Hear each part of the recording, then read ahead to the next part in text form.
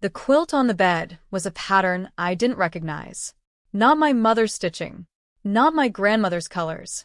Blues and greens I had never seen folded at the foot of a bed I had never slept in a house I had entered for the first time 2 hours ago. The lamp on the dresser burned low. The room smelled of cedar and wood smoke and something I couldn't name, something that belonged to him, not yet to me. He was standing near the window. His back was to me. Neither of us had spoken. And I understood, standing there, that everything was about to begin. I'm Rebecca, and this is Plain and Still, a place for the stories that don't get told out loud. If something here finds you, I'd love for you to subscribe and stay close. And I want to ask you something in the comments. Have you ever had to learn someone from the inside? I read every answer. I had seen Jonas 4 times before the night I became his wife.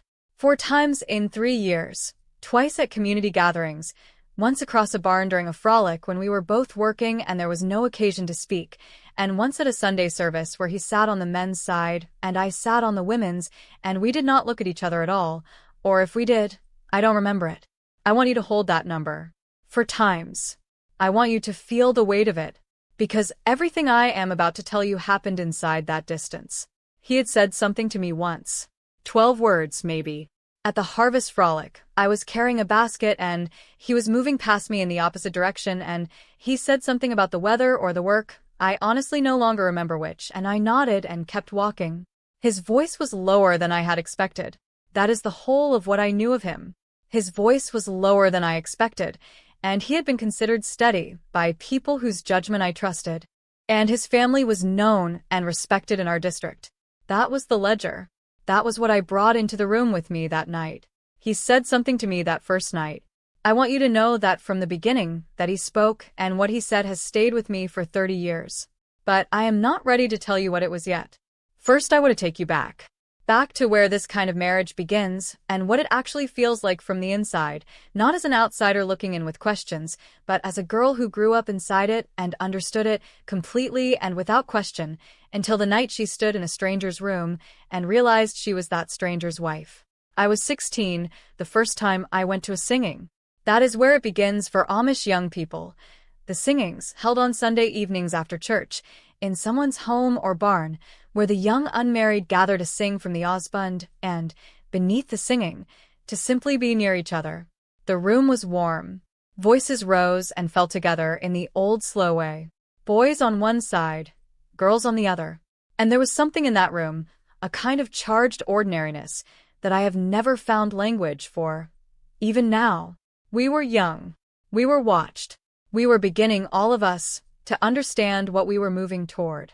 In my community, a young man who was interested in a girl would speak to her father first. The asking was the declaration. You didn't approach the girl and then the father. You approached the father, and if he opened the door, you came through it. I know how that sounds to ears that weren't raised inside it. But I want you to understand something important. I had already said no once. A different young man had asked, and my father had come to me, and I had said, I wasn't ready, and that was the end of it. Small agency. Shaped agency. But real. I want to be clear about that. The morning of my wedding, I stood in front of a small mirror in my parents' house and I looked at myself for a long time. I was 21. I was wearing my best dress, plain and dark, the way all Amish wedding dresses are plain and dark, because we do not dress for the occasion the way the English do. We dress the same. We remain the same. That is the point. I looked at myself and I tried to feel something definitive, fear or joy or certainty in either direction. What I felt instead was a stillness, so complete it was almost like nothing. Like standing at a door with no window. I didn't know what was on the other side, and somehow I had stopped being afraid of not knowing. The ceremony was long, as Amish weddings always are, hours of singing and scripture in a neighbor's home. The community gathered all around us, and Jonas across the room the whole time, on the men's side, in his dark suit. I watched him the way you watch someone you are trying to memorize quickly, knowing you won't have much time. I noticed his hands, the way he sat still, not restless. I thought, I do not know what he sounds like when he laughs.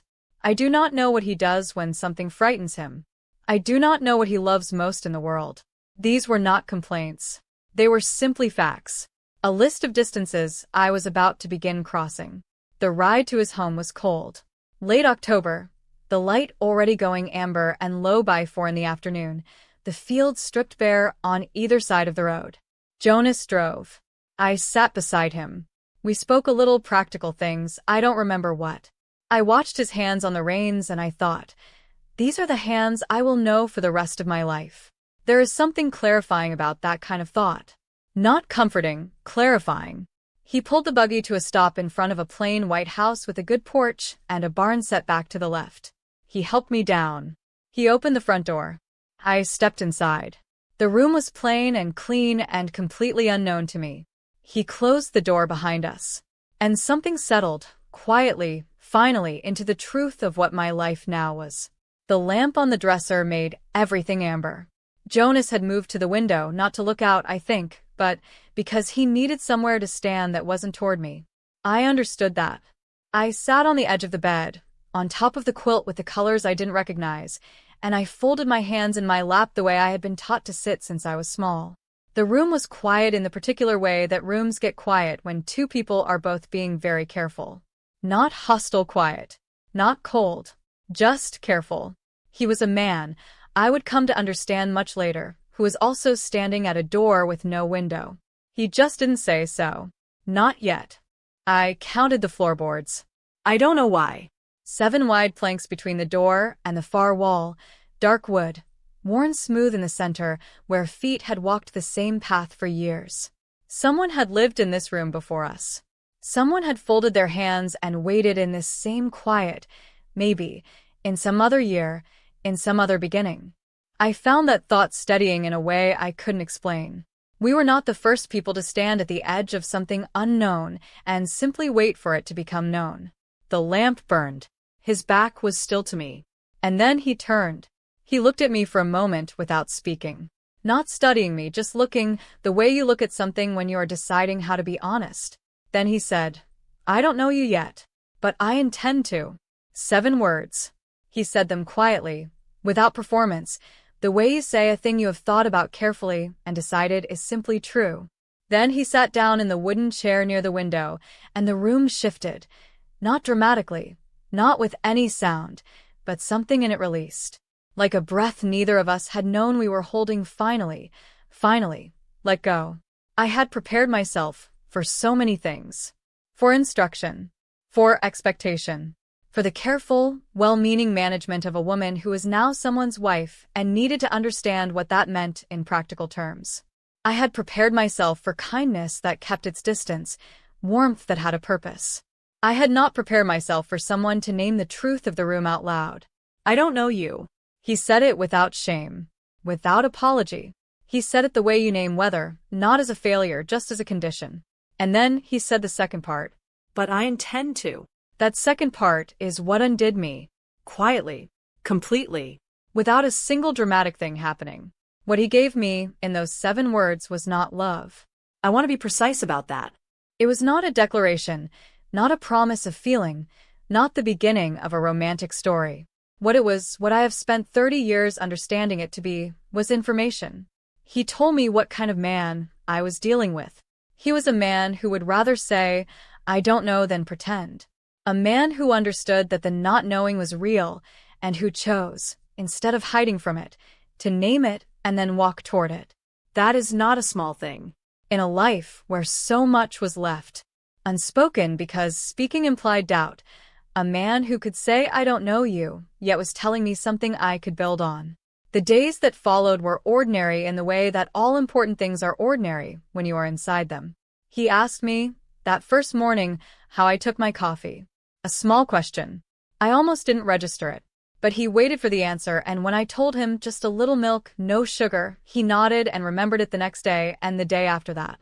One morning, I couldn't find the spare lamp oil, and I looked in 3 wrong places before I found it, and he watched me search and didn't say a word until I found it myself, and then he just said, there it is, and that was all.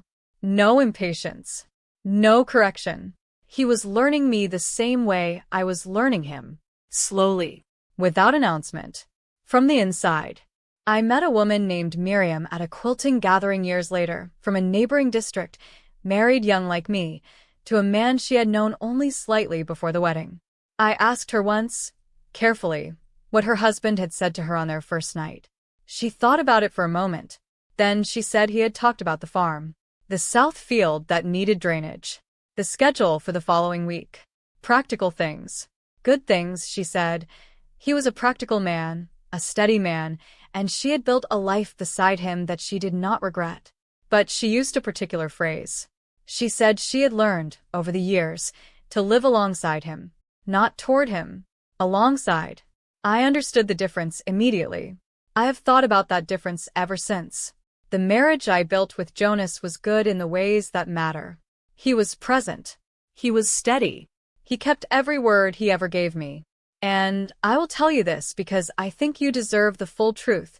There were rooms inside me he never quite found his way into. Not because he stopped intending to, because the ordinum shapes the language of a marriage, and some of what I needed to say existed outside the vocabulary we had been given. Both things are true. The goodness was real. The distance was real. I have stopped trying to make one of them cancel the other out. If you have ever loved someone and felt at the same time the particular loneliness of being only partially known, then you already understand what I mean. You don't need me to explain it. You have been living it. And the fact that you have kept living it, kept trying, kept turning toward the person across the room even when the words ran out, that is not a small thing either. That is, I think, the whole of what loving someone actually looks like most of the time. Not the declaration, the intention, the daily, quiet, unfinished intending. I don't know you yet. 30 years later, I think Jonas is still trying. So am I.